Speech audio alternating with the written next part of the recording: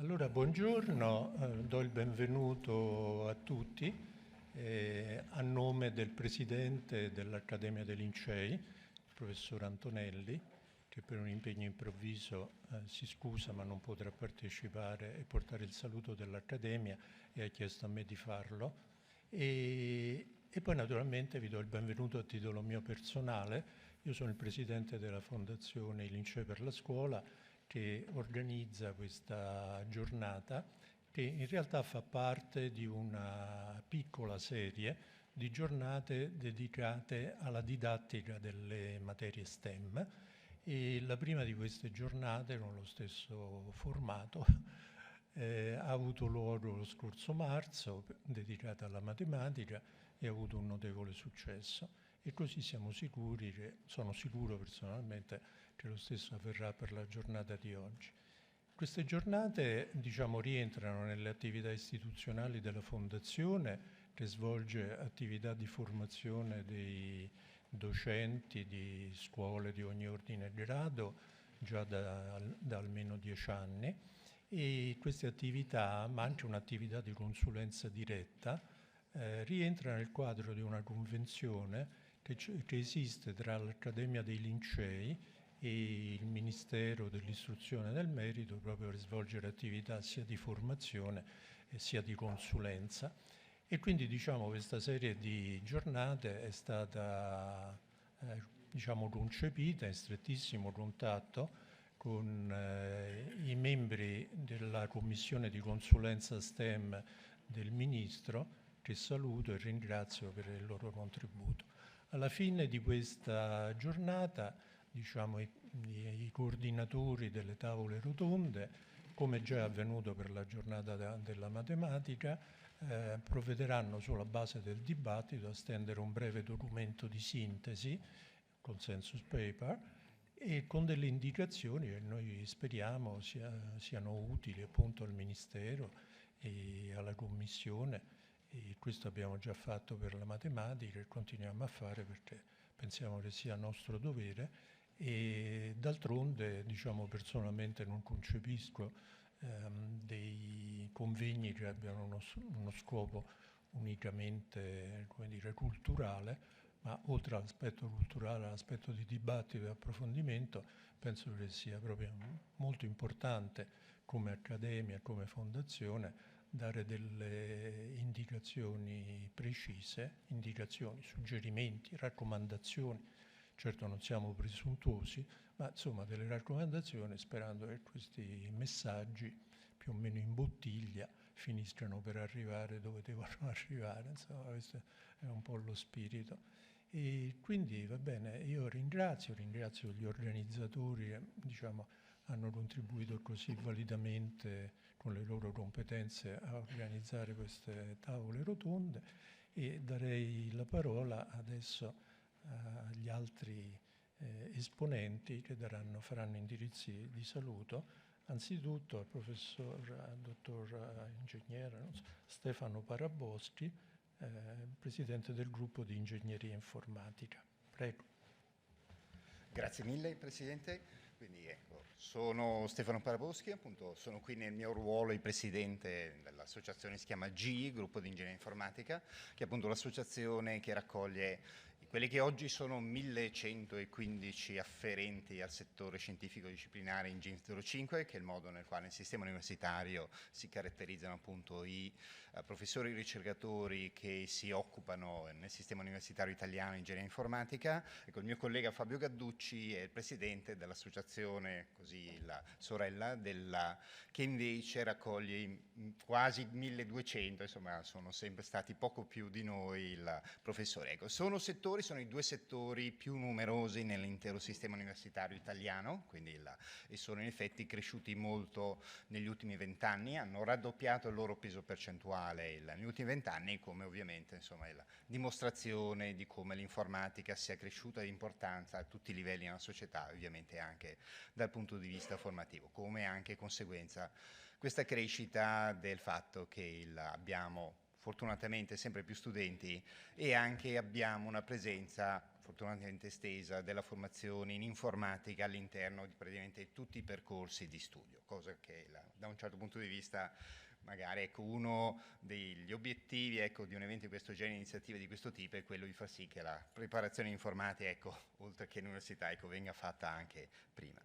Detto questo, ecco, devo dire, quando sono stato informato di questo evento mi ha fatto molto piacere che si organizzasse un evento di questo genere, assolutamente condivido le osservazioni appena fatte dal Presidente, che è importante poi che ci siano così dei risultati, ad esempio dei report che rappresentino una traccia stabile, insomma, di ciò che viene discusso, perché ovviamente il tema di come introdurre, aumentare la preparazione informatica nella scuola è un tema che tutti sappiamo essere assai importante, sappiamo che a livello nazionale abbiamo un gap di questo genere rispetto a tanti altri paesi e quindi ovviamente sono alla sensibilità di tutti l'idea che è bene fare qualcosa. Ecco, è bene fare qualcosa in un campo, quello dell'informatica, che noi che ci occupiamo tutti i giorni, facciamo ricerca in quest'ambito, sappiamo che è intricato, è complesso, cioè è caratteristica dei sistemi informatici che dopo che sono investite tantissime risorse, questi sistemi riescono a essere anche utilizzabili facilmente, però questa utilizzabilità è appunto, non è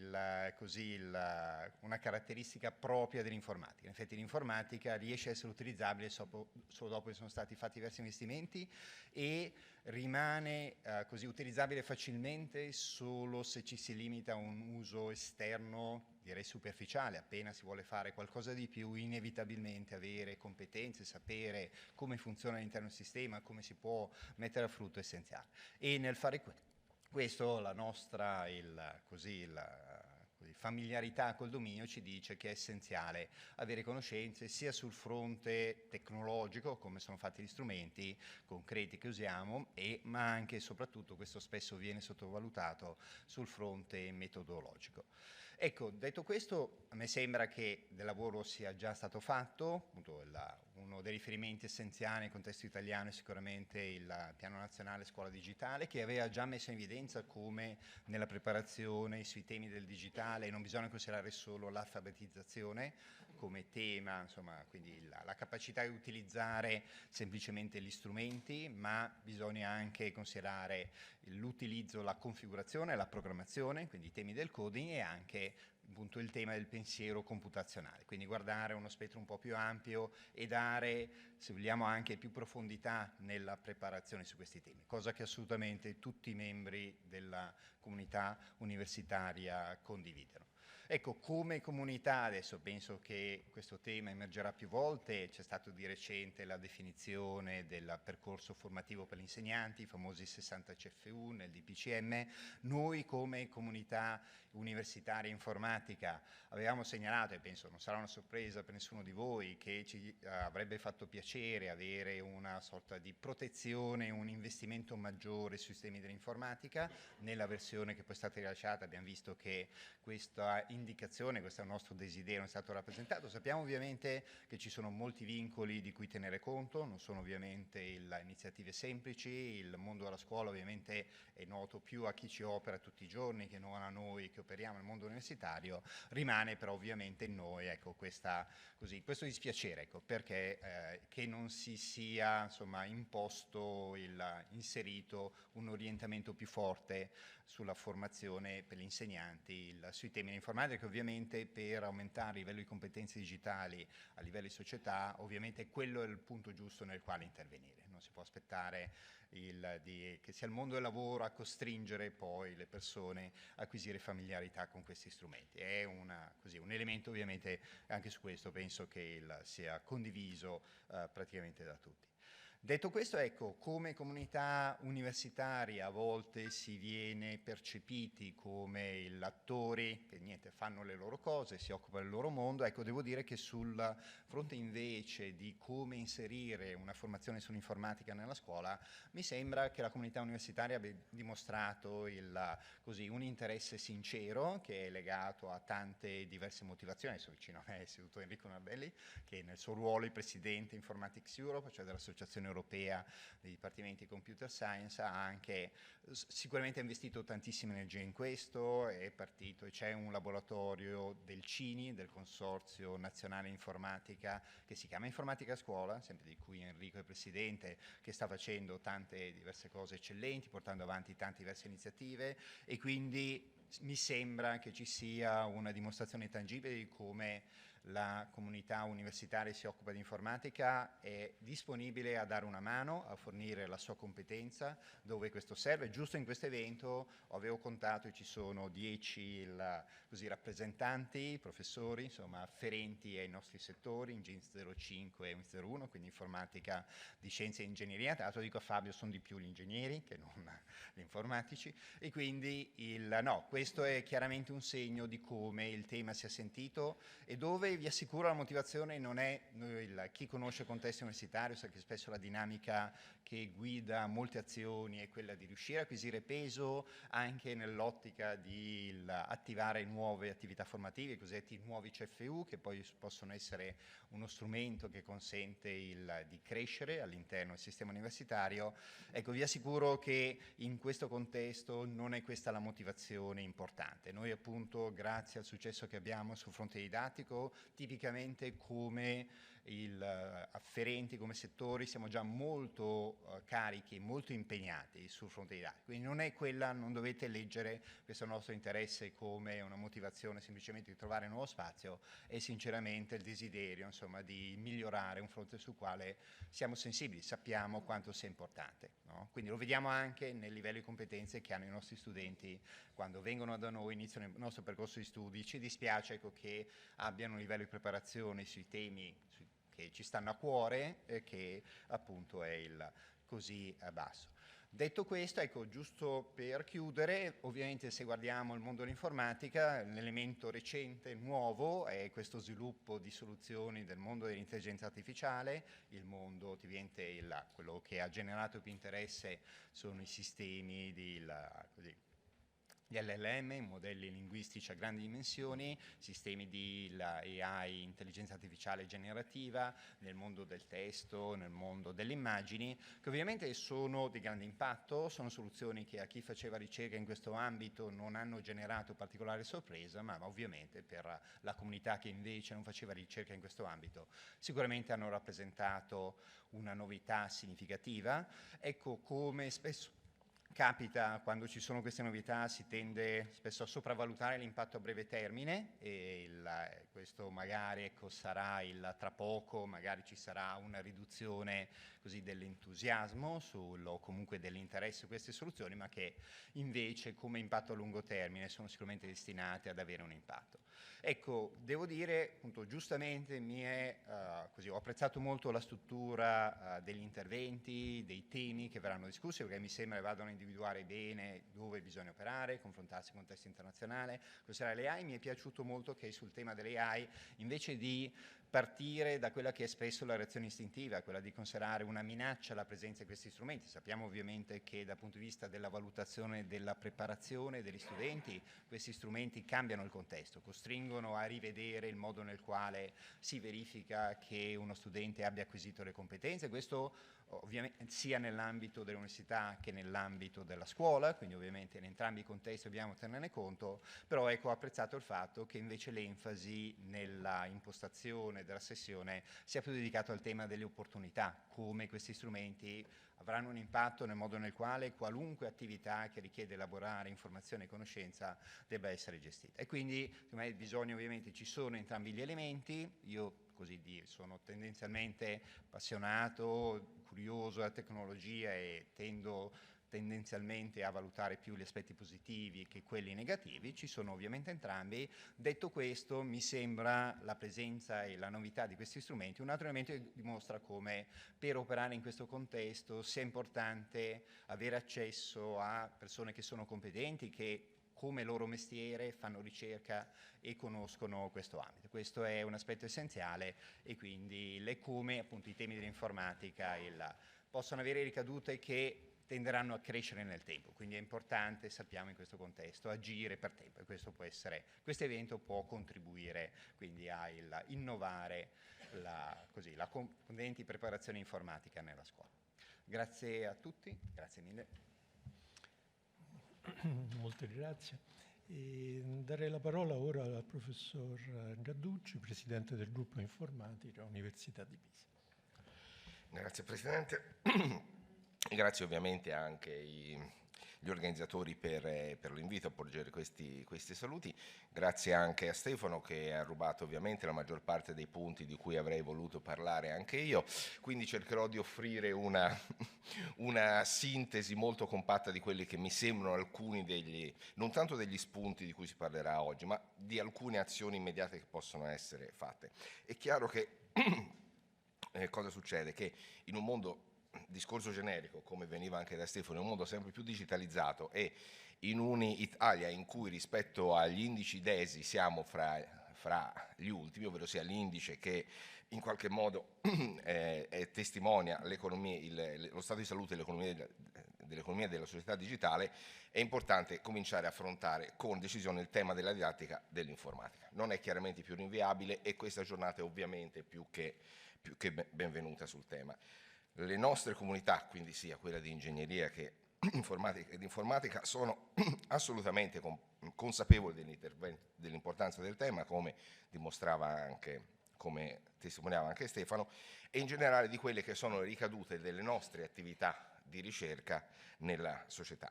Non a caso, qui invece parlo nello specifico di INF01, fra le parole chiave della nuova declaratoria c'è anche aspetti formativi, professionali e sociali, con l'idea che, almeno in una delle precedenti iterazioni MUR, avrebbero dovuto rappresentare delle parole chiave per i futuri ricercatori. Questo poi, come ulteriore inciso, sono giusti i numeri che diceva Stefano e sicuramente questo nostro impegno verso la didattica non ha a che fare con composizione e altro, se però posso fare un piccolo invito, nonostante i settori siano così grandi, i nostri numeri sono bassi rispetto agli impegni che ci vengono richiesti anche solamente come corsi di servizio da tutte le altre facoltà. Perdonate l'inciso di categoria. Non voglio quindi nemmeno entrare nello specifico della didattica delle discipline o di come le tecnologie e le metodologie informatiche possano effettivamente impattare e siano trasformative rispetto alla didattica delle altre discipline. Come avete visto dal programma, gli ospiti e le varie sezioni tematiche stanno ben in grado di sviluppare questo, grazie anche ovviamente alla presenza di un ricercatore di successo come Simon Peyton-Jones, che è stato anche uno degli artefici dei piani dell'informatica per la scuola britannica. Vorrei solo sottolineare una cosa minima, ovvero sia la necessità di fare molto presto e in seconda battuta, se possibile ovviamente anche bene, ma soprattutto presto. Per quel che riguarda il bene, una delle cose da sottolineare è che, come è già stato detto, l'informatica è soprattutto una disciplina e non solo una somma di competenze digitali sui tool. Quindi è necessario essere esposti non tanto ai tool, lo siamo tutti fin da subito, i ragazzi lo sono fin da subito, ma essere esposti alle tematiche della disciplina ben prima di arrivare a una qualunque certificazione delle competenze. Quindi devono essere in qualche modo esposti a capire, ad esempio, cosa c'è dietro un browser o l'apertura di una mail di questo, per essere in grado di affrontarlo con maggiore serenità. Ovviamente chi è che può, soprattutto sulla scuola, essere il mediatore di questo piano esperienziale? Ovviamente gli insegnanti. E su questo direi che ci possono essere almeno due azioni facili del Ministero dell'Istruzione e del Merito che possono essere eseguite. Per cominciare, inserire i settori INF01 e INF05 all'interno della tabella del corso di laurea abilitante in scienze della formazione disciplinaria, nell'M85 bis, che era una delle indicazioni date dalla Messa tempo fa, ma che non si sono poi mai effettivamente concretizzate.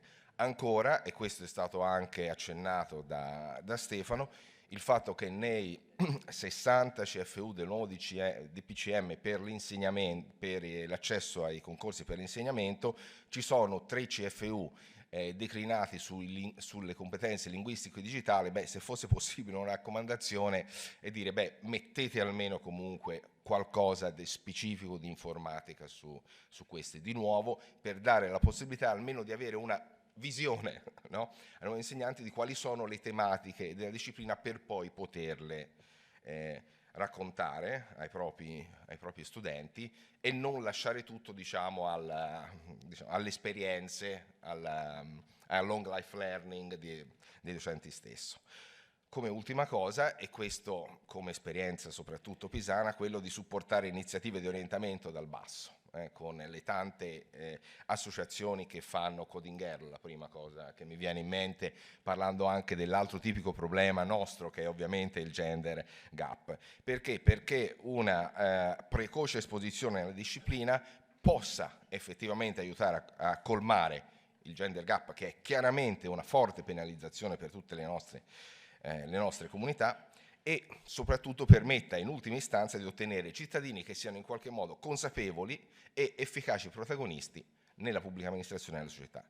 Grazie nuove a tutti i presenti, grazie per l'invito e buon lavoro. Grazie molte. Pregherei ora il professor Nardelli di presentare la conferenza del professor Peyton Jones. Grazie al professor Tesei e di nuovo grazie agli organizzatori, grazie a voi che siete qui in sala e che ci state seguendo da lontano. Sono particolarmente lieto di introdurre il professor Simon Peyton Jones, non solo perché è uno dei teorici dell'informatica più brillanti e più famosi, è socio della Royal Society inglese, l'istituzione che svolge in Inghilterra il ruolo che l'Accademia dei Lincei svolge in Italia. Per i suoi meriti scientifici ha ricevuto l'onorificenza Order of British Empire, che viene appunto assegnata alle personalità che si sono particolarmente distinte nel loro settore, ma anche perché in parallelo alla sua attività teorica ha anche un'attività che prende in considerazione gli aspetti pratici della disciplina. Infatti al momento è Fellow Engineer della Epic Games, che è una delle società di giochi digitali più famose al mondo. E questa è un po' la natura dell'informatica, che da un lato dimostra cosa si può fare teoricamente con queste bellissime macchine che abbiamo inventato, e dall'altro lato ci fa vivere delle esperienze uniche, diciamo, e sempre più immersive. Il motivo principale per cui gli abbiamo chiesto di fare questo intervento è stato perché per l'Inghilterra nel 2014 ha seguito il processo di introduzione in tutte le scuole inglesi del curriculum di informatica, che viene chiamato computing in Inghilterra. Quindi ha scritto, diciamo, le indicazioni, quelle che in italiano si chiamano le indicazioni nazionali per l'informatica, e poi da presidente di un centro nazionale che è stato istituito appositamente per formare gli insegnanti all'insegnamento dell'informatica, ha curato questo aspetto, che è lo snodo principale che dobbiamo affrontare, che tutti i paesi devono affrontare e quindi anche noi in Italia dobbiamo affrontare, affinché riusciamo effettivamente a insegnare l'informatica. E quindi ci parlerà appunto dell'importanza dell'insegnamento dell'informatica nella scuola e dell'esperienza inglese, proprio sulla base, diciamo, di quello che ha vissuto in prima persona. Quindi salutiamo il professor Simon Peyton Jones per il suo intervento.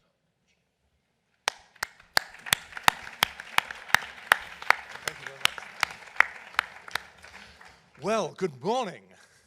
It is a great honor to be invited to share with you a little bit about the experience of introducing informatics into the English national curriculum.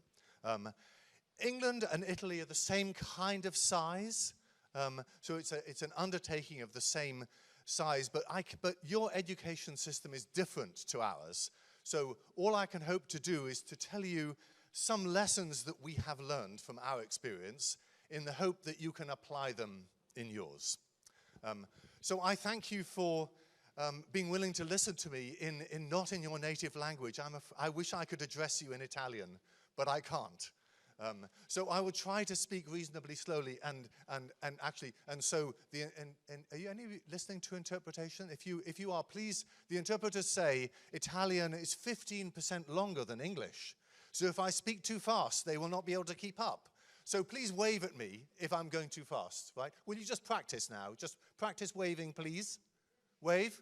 Thank you. Oh, only 3 of you. Come on, you can do better than that. Please wave. Thank you. Good.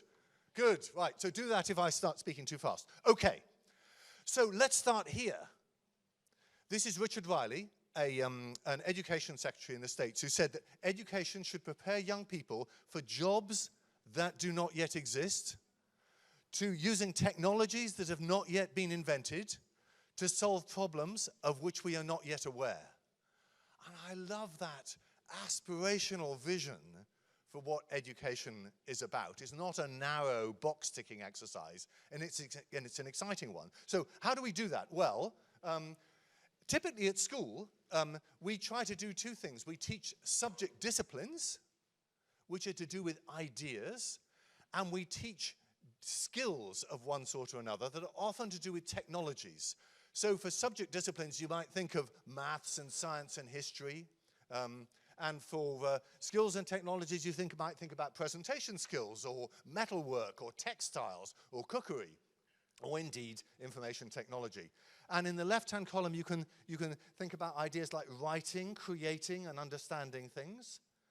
And in the right-hand side, you would see, use, consume, and read.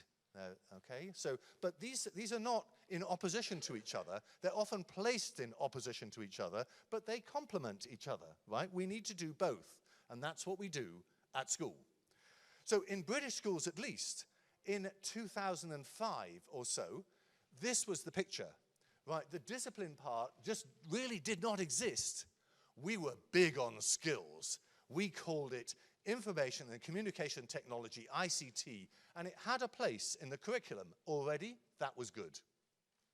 But it was actually, at its worst, little more than how to use Microsoft Office. I spent 20 years working for Microsoft Research. I was working for Microsoft Research at this time, but even Microsoft did not want school education to teach children about how to underline in Word. Okay? But that was what happened, and for good reasons, because in the 90s, it was all rather new, right? And, ooh, it's exciting, we have personal computers. But by the 2000s, it was not. And my children regarded this subject with contempt. So what we need to do, I think, is just to rebalance the picture, right? To put informatics back as a subject discipline that all children learn. That's all.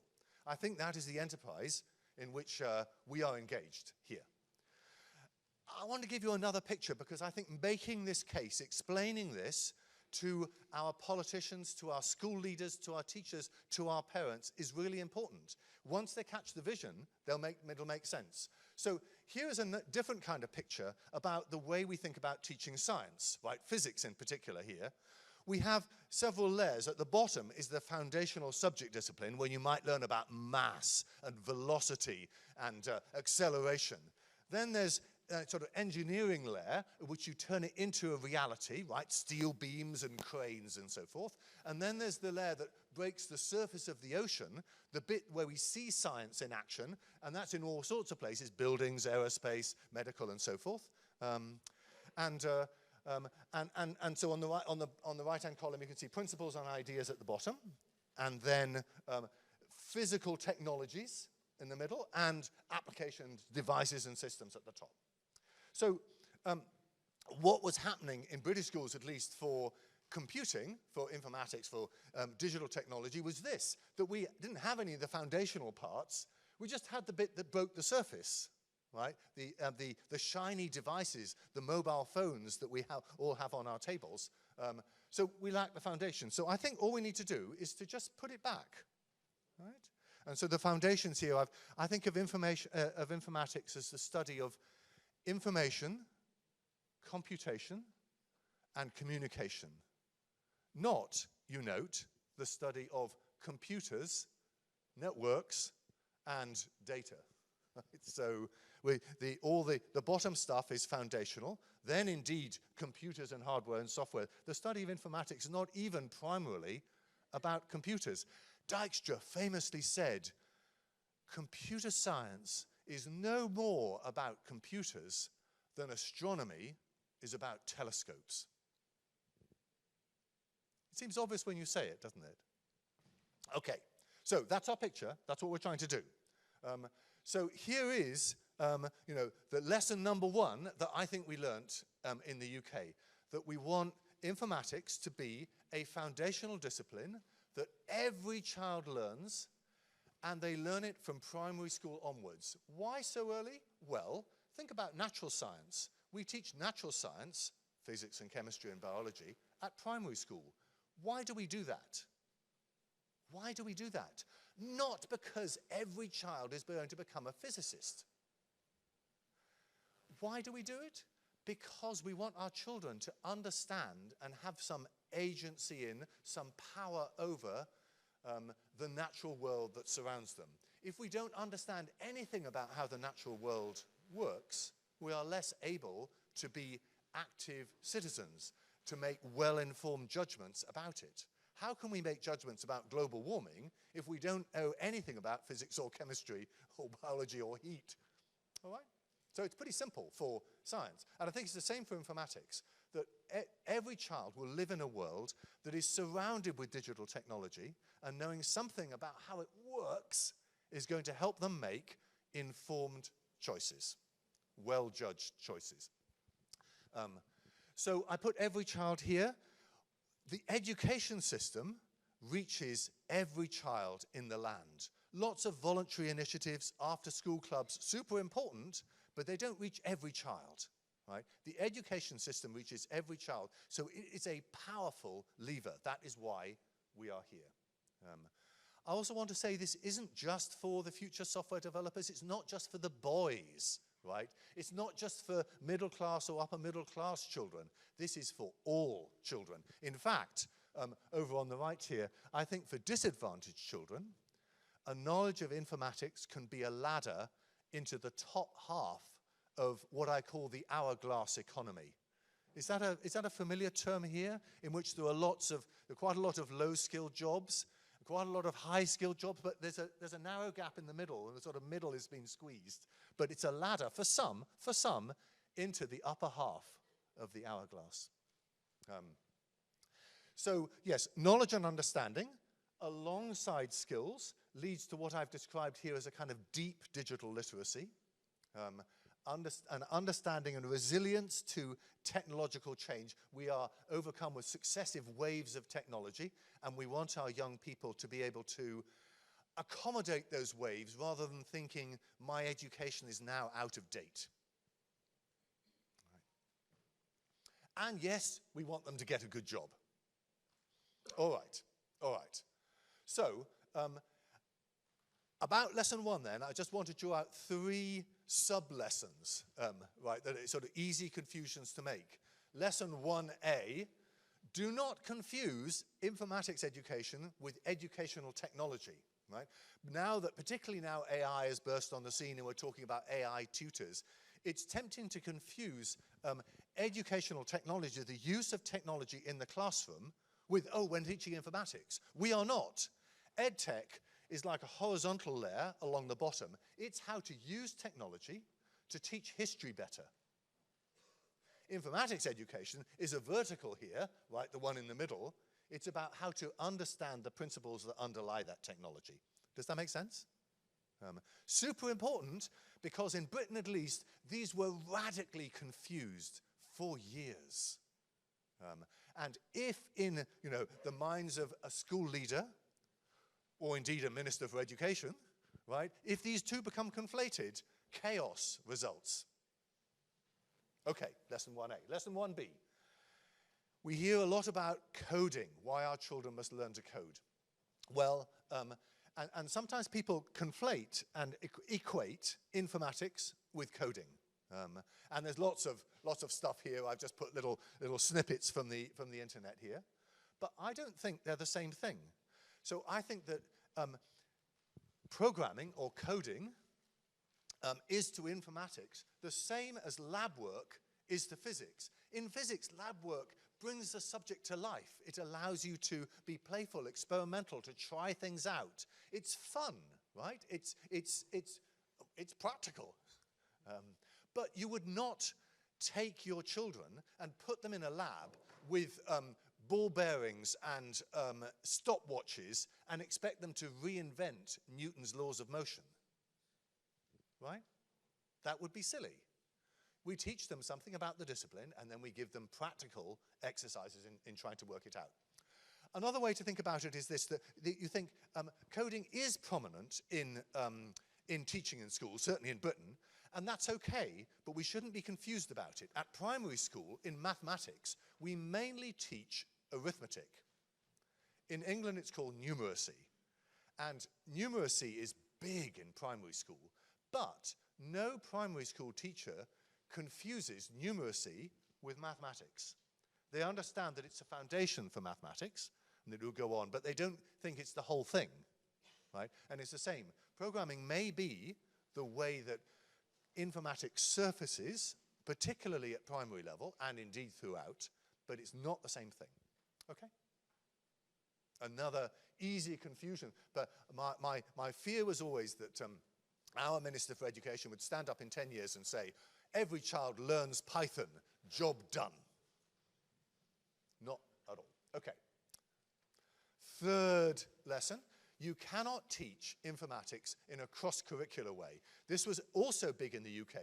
Maybe we can teach ICT across the curriculum, and we don't, because after all, it's useful in every subject. So maybe the maths teacher can teach a bit of computer science. The physics teacher can teach a bit of computer science. We will teach it when we need it. This does not work. Comprehensively does not work. Would you do it for maths? No maths teachers, thank you. When the physics teacher needs to solve a simultaneous equation, fine, they will teach about solving simultaneous equations. It's never going to happen, is it? They're a physics teacher. They want to teach about mass and velocity. Solving simultaneous equations is very much on the side. So you have to teach maths as a discrete subject. And I think you have to teach informatics as a discrete subject. Okay, how are we doing? Good. All right, so that was all lesson 1 in various forms about informatics as a foundational discrete subject that all children learn. Now, so how did that come about in the UK? Well, I just want to share with you a little bit about the journey that we've been on and what we've learned. So the first thing to say is education is complicated. Education is complicated. It is so hard to do anything. It is so slow to make a change across 16,000 primary schools and 4,000 secondary schools and a cohort of 6 million children and who knows how many teachers. It's a difficult system to change. It has a lot of mass. Change takes a long time. So this means that it needs sustained policy attention. Right, so this is a message for the minister, right? You cannot do this in 2 years, right? It requires, at least a decade to achieve change of this kind. Here is the decade that we began with. I became first involved in this in 2008. We formed a guerrilla grassroots community movement called Computing at School, CAS. We wrote a curriculum for computer science, and then we were lucky. The Secretary of State for Education, the politician there, started a review of the whole national curriculum, and we were able to say, we know what to do in this area. And fortunately, he paid attention. And so in the end, we wrote a new curriculum for computer science that I will show you, that launched in 2014. Initially, when it launched, there was no support for teachers. And then in 2018, the National Centre for Computing Education was launched. I'll tell you a little bit about that, and that has carried on since. And even so, after, actually getting on for 20 years, I would say that informatics as a school subject is like a vigorous green plant with lots of green shoots, but it could easily wither. It's not deeply rooted like science or mathematics. It is still fragile. And that's after 15 years of doing this. So it's a long game. But it's also an incredibly exciting game because this will affect the lives of all of our children. It will make them better, I think. Okay, so what does that say? That says that this incremental local changes is not enough. We need some kind of national conversation, the kind of conversation that you have, caused to happen today. But we need a lot of this, and it needs to involve informatics experts. It needs to involve education experts. It needs to involve schools and teachers. It needs to involve employers. If you take away any of these chunks, right, then if it's, for example, led just by education experts without the subject expertise, we will not end up with a good outcome. It has to involve everybody. And I think that one good thing that an institute like this one and a Ministry of Education can do is to provide a space for these conversations to take place. It's super important because if everybody pulls in different directions, nothing happens. But actually here, when you get people in the room, my experience is they all kind of want the same thing. Nobody in Britain was arguing for keeping ICT and not making computer science into a subject discipline that all children would learn. When they understood the vision, they all signed up to it. It's still hard, but speaking with one voice, super important. How are we doing for speed, Enrico? I mean, again, everybody still understand me? Am I talking too fast? Okay, the interpreters are so-so. Okay, you can start waving. Okay, so how are we doing for time? We got 15 minutes? Yes, okay, good. So this is the national curriculum for computing in England. I'm quite proud of this. I'm a bit biased because I wrote these words myself. But look at the 4 aims. Every child can understand and apply the fundamental principles and concepts of computer science. Every child can analyze problems in computational terms and have repeated practical experience of writing programs to solve problems. The last 2 are also important, right? We don't want to throw out the skills aspect, right? We want every child to evaluate and apply information technology in a critical way. And we want every child to be a responsible and competent and confident user of information technologies, right? Those are quite aspirational aims. I'm quite proud that that's in black and white in our nation's, what they would be called regulations, guidance. There's some standards. You told me some words. Indications, indicazioni nationali, yes. Yeah, try to get them there. Good. Now, of course, that leads to a big challenge, right? We are trying to establish a brand new subject at school. It's like saying, we've never taught science and we're going to start teaching science. We've never taught, history. We're going to start teaching history. It's a big deal. And you can't just expect to put that on your website and for it to just happen, right? We don't have much experience about how to teach computer science at school level.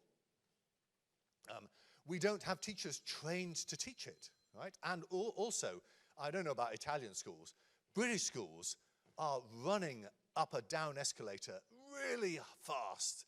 They are busy, they are working hard. So it is quite a challenge to introduce a brand new subject, right? But on the positive side, I think schools and teachers do understand the vision. You talk to them and their eyes light up and they think this is what we want to do if only we were equipped to do it. So I'm really pleased to have already met some teachers. So if you're a school teacher, can you just put your hand up so I can see you? So Danielle and Annalise, you're meant to have your hands up. Oh, and where are more school teachers, please? Oh, thank you. Thank you for coming. I love you so much. You are, being a teacher is hard, but one teacher, one of you, will be changing the lives of thousands of young people over your career. One inspired, well-equipped, valued, supported teacher can make a transformational difference in children's lives. But it is a hard job. I'm a school governor in the UK, and I was telling Annalise and Danielle and oh dear, hang on a sec, I did write your name down. Sandro, yes. Annalise and Sandro. Every time I go into school, I think, Thank goodness I'm not a teacher. You guys work so hard. But being a computing teacher is harder, right? The subject is in flux. The qualifications are in flux. There isn't much training. There isn't much equipment. And as one teacher put it to me when she was talking to me, she said, in my school, it's me, or it's me, or it's me when it comes to doing something. So thank you so much. But I think the rest of us, the non-teachers in the room, we owe it to our schools and our teachers to stand with them, not just in words, but in deeds. I think we do need a national program of professional development for our teachers, something that actually helps them to teach the most exciting and compelling subject discipline in the world, but equips them to do that really well. There's lots of reasons why there are professional development programs for teachers in other subjects, and in informatics, even more important, because it's a brand new subject. So for 5 years, our government ignored this point, but then they finally did fund the National Centre for Computing Education. Now this it's an £80 million programme over 4 years. It's just been renewed for another 2. I hope that it will be renewed again. It covers all the schools in the land, 3,500 secondary schools, 16,000 primary schools, and it's produced lots of resources, as well as online courses, which will be in English. There's also lots of resources available online. I put the URL here so that you can get to it. All of this stuff was developed over a period of a couple of years, built directly on educational research. This isn't just, somebody throwing it together. This stuff has been thought out carefully with careful progression maps about what order should you learn concepts, how should you learn concepts, and this material goes right down to the level of individual lesson plans and exercises and practicals. And it's all readily available for free under the Open Government License in soft copy. So you can take it and change it to suit your circumstances, translate it into Italian, translate the whole lot into Italian. All of that's fine. It's OGL licensed. And it's the result of, there's tens of person years of work in this resource base, and I think it could be useful to you. It won't fit precisely, but I think there's stuff you can use there. So I'm quite proud of the National Centre. But it's, and I think we all need it. We all need something like that. Okay, last time I'm going to wrap up in a sec. Two more lessons. The first is, in Britain, I think one thing we failed to do was to get national qualifications right. It turns out, in Britain, that it doesn't matter what the national curriculum says. What matters is what happens at the national high-stakes examination system. Age 16, they're called GCSEs. Age 18 is called A-levels. Now, I learned last night that the system here is quite different, and that maybe qualifications don't play this extremely coercive role. Perhaps you have more freedom here. But in Britain, getting qualifications right was something we failed to do up front and are still trying to fix.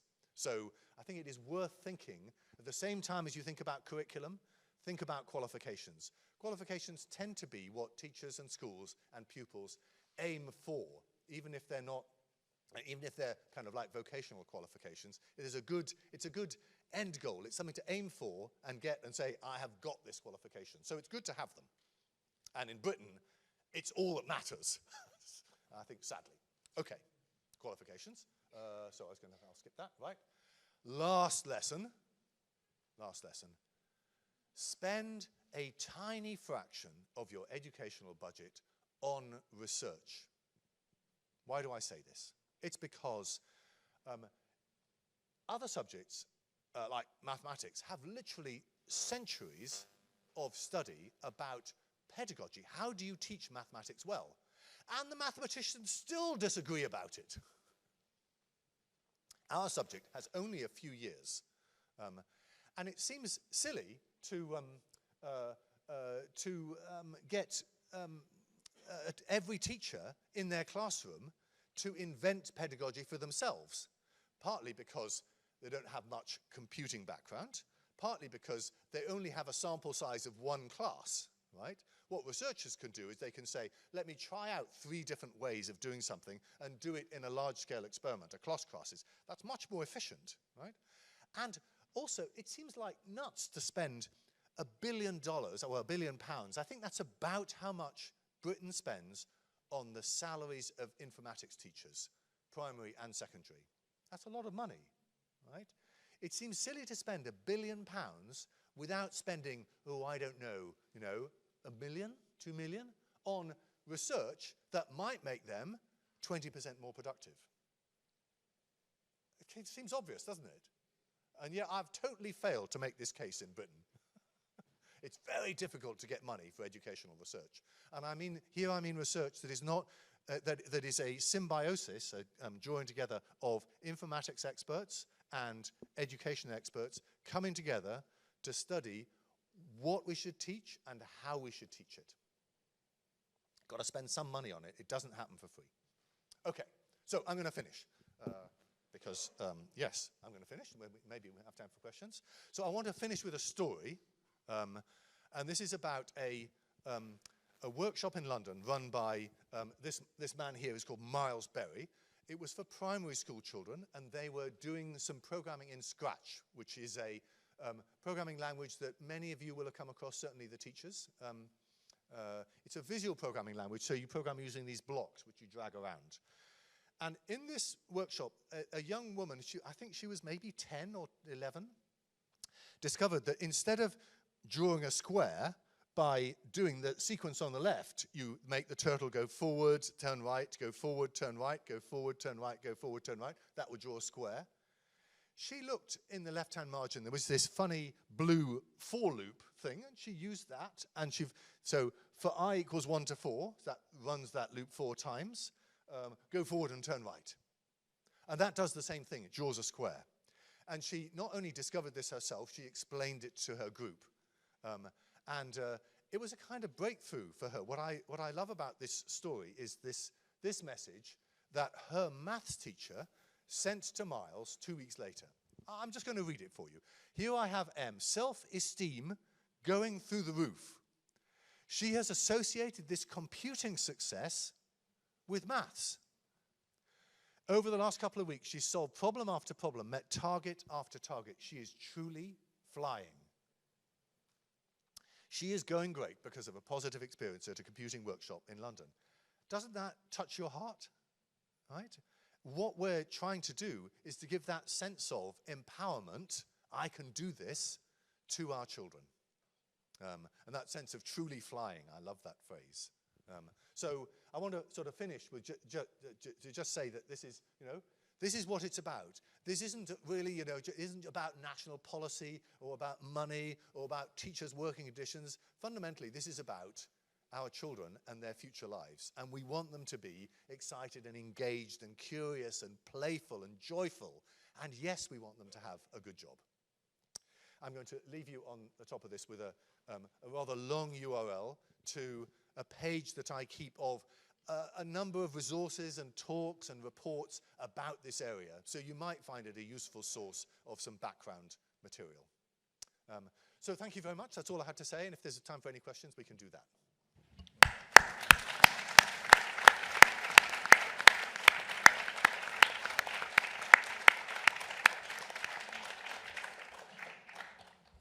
Grazie mille per questo entusiasmante discorso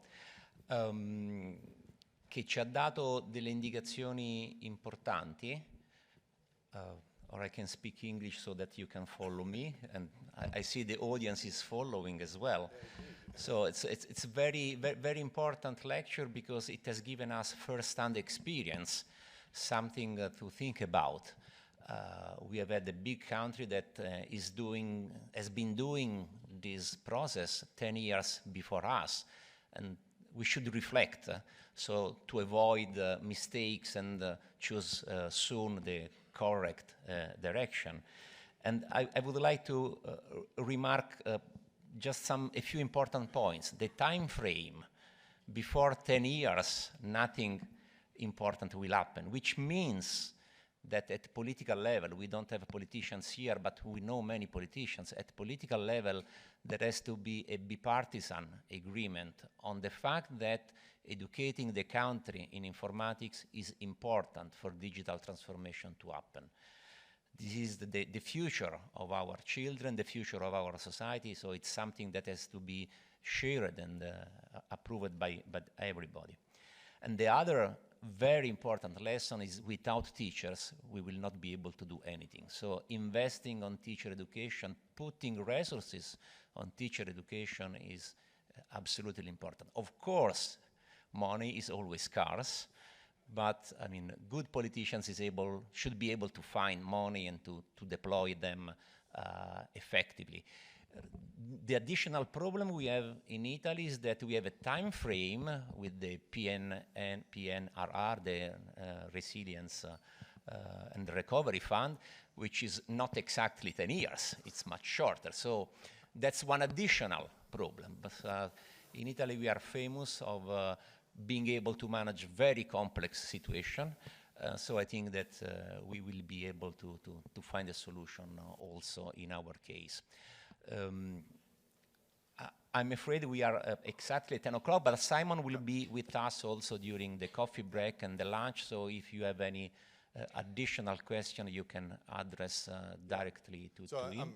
I'd like to say I'm going to be here all day until at least mid-afternoon, and I would love to talk to any of you, teachers, academics, anybody, about any of this. So come and say hello, because I don't know who you are, but you know who I am now. Thank you. Okay, so thanks again, Simon.